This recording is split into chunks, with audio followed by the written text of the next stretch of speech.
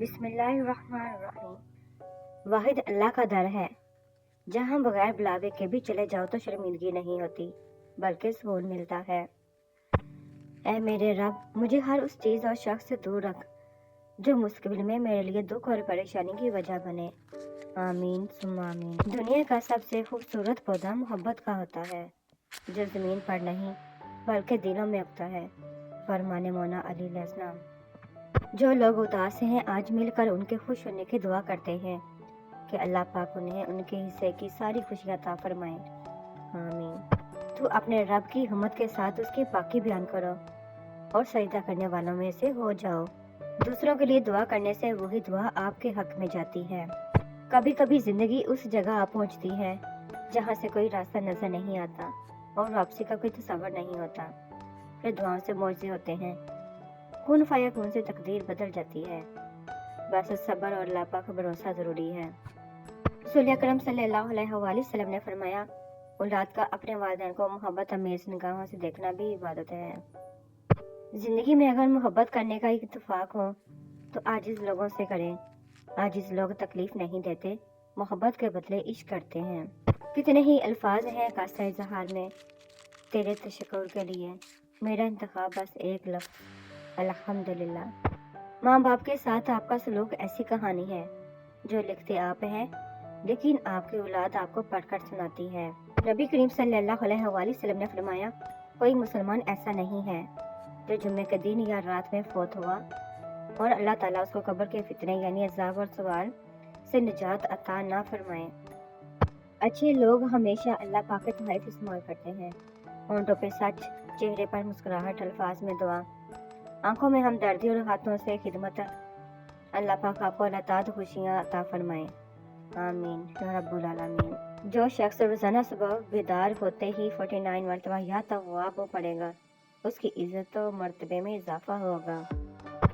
بے شک اللہ تعالیٰ وہ باتیں بھی جانتا ہے جو بلند آواز سے کہی جاتی ہیں اور وہ باتیں بھی جانتا ہے جو تم چھپاتے ہو۔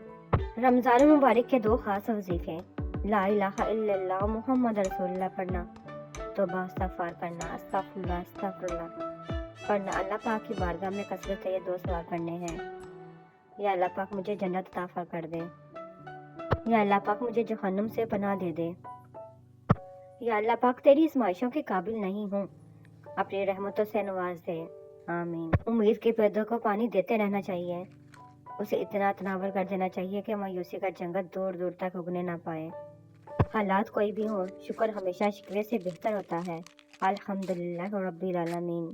یا اللہ، یا رحمان، یا رحیم، یا کریم، یا حافظ، یا حفیظ، یا نصیر۔ اے پروردگار، ہمارے رزق میں برکت دے۔ اے کل مالک، کل اسباب میں آسانی عطا فرما۔ اے ایسے اعمال سے بچنے کی توفیق دے جو رزق کی تنگی کا باعث بنتے ہیں۔ ہمارے ظاہر و پوشیدہ گناہ معاف فرما۔ آمین ثم آمین۔ جو اپنا معاملہ اللہ پر چھوڑ دیتے ہیں اللہ پاک انہیں کبھی بے سہارا نہیں چھوڑتا۔ اللہ کی ذات سے کبھی نا امید مت ہونا، وہ زندگی وہاں سے شروع کر سکتا ہے جہاں سے آپ تصور بھی نہیں کر سکتے۔ اگر آپ نے کسی کے کردار کا اندازہ لگانا ہے تو یہ دیکھو وہ ہنستا کس بات پر ہے۔ توبہ کرنے والوں کی صحبت میں بیٹھا کرو کیونکہ وہ سب سے زیادہ نرم دل ہوتے ہیں۔ سجدے میں نہیں جاؤ گے تو پھر ظاہر ہے ڈپریشن میں نہیں جاؤ گے۔ نبی کریم صلی اللہ علیہ وآلہ وسلم نے فرمایا، ہر نیک کام صدقہ ہے۔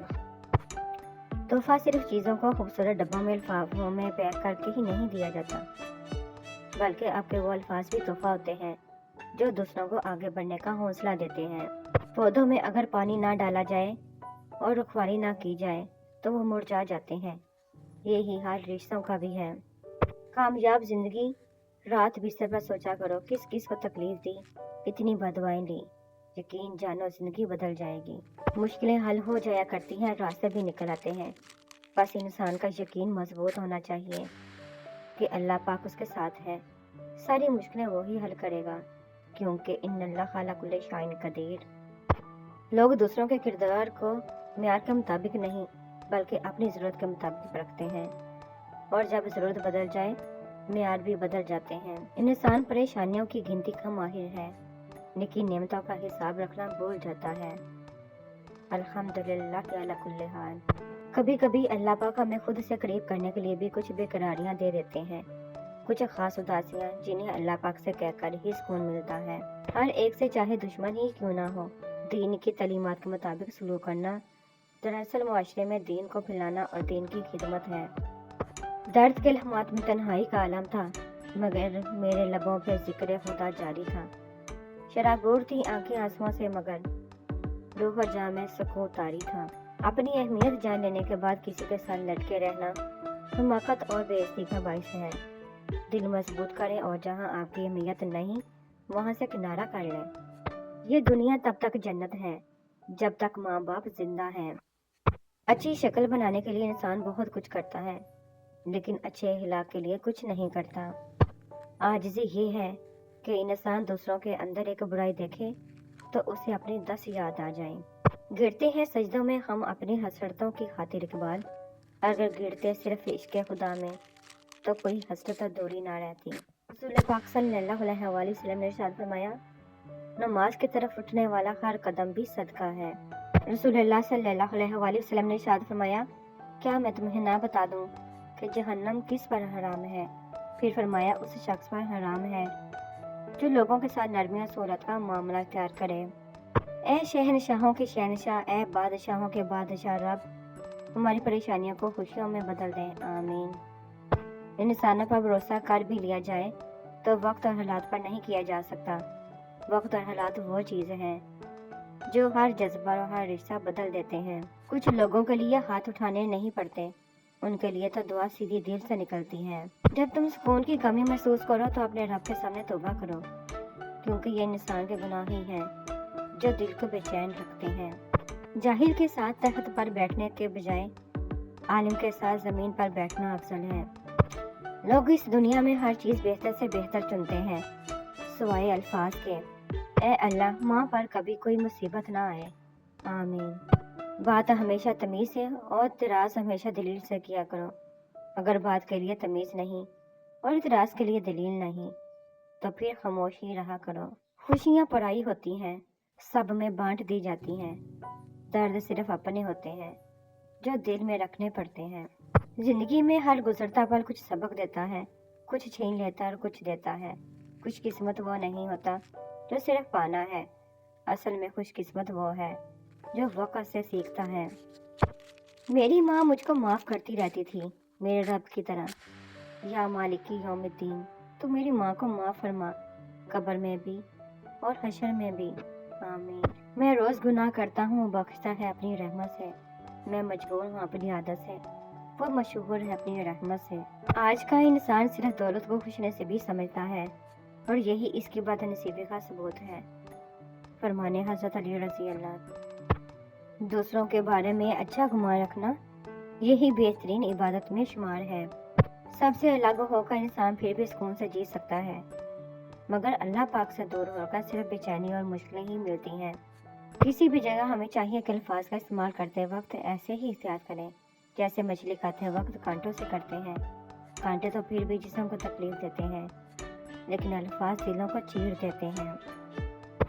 دل ایک پیالہ ہے، اگر اس کو رحمت، شفقت اور محبت سے نہ بھرا جائے تو یہ حسد، بغض اور تکبر سے بڑھ جاتا ہے۔ زندگی اتنی سستی نہیں ہے کہ اسے لوگوں کے تلخ رویوں کی وجہ سے ہار دیا جائے۔ مسکرائیں، یہ زندگی صرف اس رب کی امانت ہے جس نے اس کائنات کی کسی شے کو بیکار بھی نہیں بنایا۔ شکر ادا کریں کہ آپ سے محبت کرنے والا کوئی عام نہیں بلکہ اس کائنات کا رب ہے۔ حضرت امام جعفر صادق علیہ السلام فرماتے ہیں، جو شخص وضو کے بعد تولیے یا کسی اور چیز سے اپنے اعضاء خشک کرے گا اسے ایک نیکی کا ثواب ملے گا، اور جو شخص وضو کے بعد کسی چیز سے خشک نہیں کرے گا اور اعضاء خود خشک ہو جائیں تو اسے 30 نیکیوں کا ثواب ملے گا۔